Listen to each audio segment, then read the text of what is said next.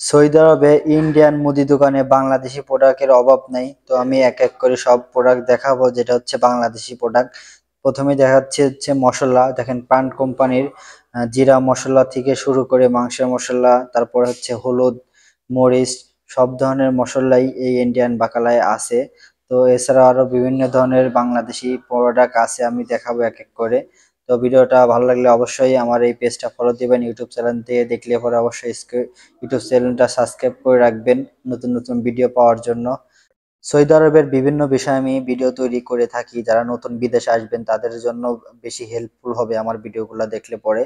আর এখানে ধরেন বাংলাদেশি প্রোডাক্ট অনেক কিছু পাওয়া যায়, যেগুলো অনেকেই ভাবে যে বাংলাদেশি কোনো কিছুই পাওয়া যায় না। আসলে সৌদি আরবে বাংলাদেশি অনেক কিছু পাওয়া যায়।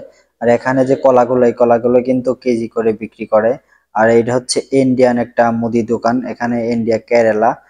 এখানে যে কেরালা ব্যবসা করে সে কিন্তু অনেক ভালো একটা মনের মানুষ, তার ছেলেও এখানে কাজ করে। তো তার ছেলে আর সে মিলেই ব্যবসাটা করে।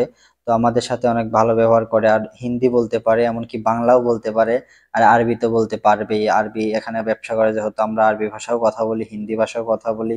কেরালা ভাষা তো বুঝি না কিংবা বলিও না, ওরাও বলে না, কিন্তু ওরা বাপ ছেলে যখন ভাষায় কথা বলে তখন ওরা কেরালা ভাষায় কথা বলে।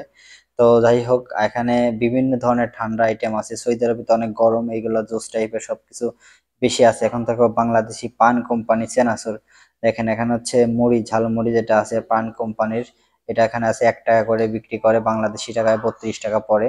আর এখানে হচ্ছে বুট ভাজাও আছে, বুট ভাজা হচ্ছে পান কোম্পানির, এটা হচ্ছে 1 টাকা করে। এই এখানে একটা বাংলাদেশে কিন্তু 32 টাকা পড়ে। ডাল ভাজিও আছে। তো বাংলাদেশি প্রোডাক্ট গুলো দেখে অনেক ভালো লাগে, আর এই বাংলাদেশি প্রোডাক্ট গুলো কিন্তু আমরা কিনে খাই এখান থেকে। তো এখানে হচ্ছে দেখেন প্রাণ কোম্পানির রুচি, যে চেনাচুরটা আছে এটাও আছে। তো সৌদি আরবে আসলে এইসব মুদি দোকানে যখন বাংলাদেশি প্রোডাক্ট দেখি অনেক ভালো লাগে, এমনকি কিনে খাই আমরা।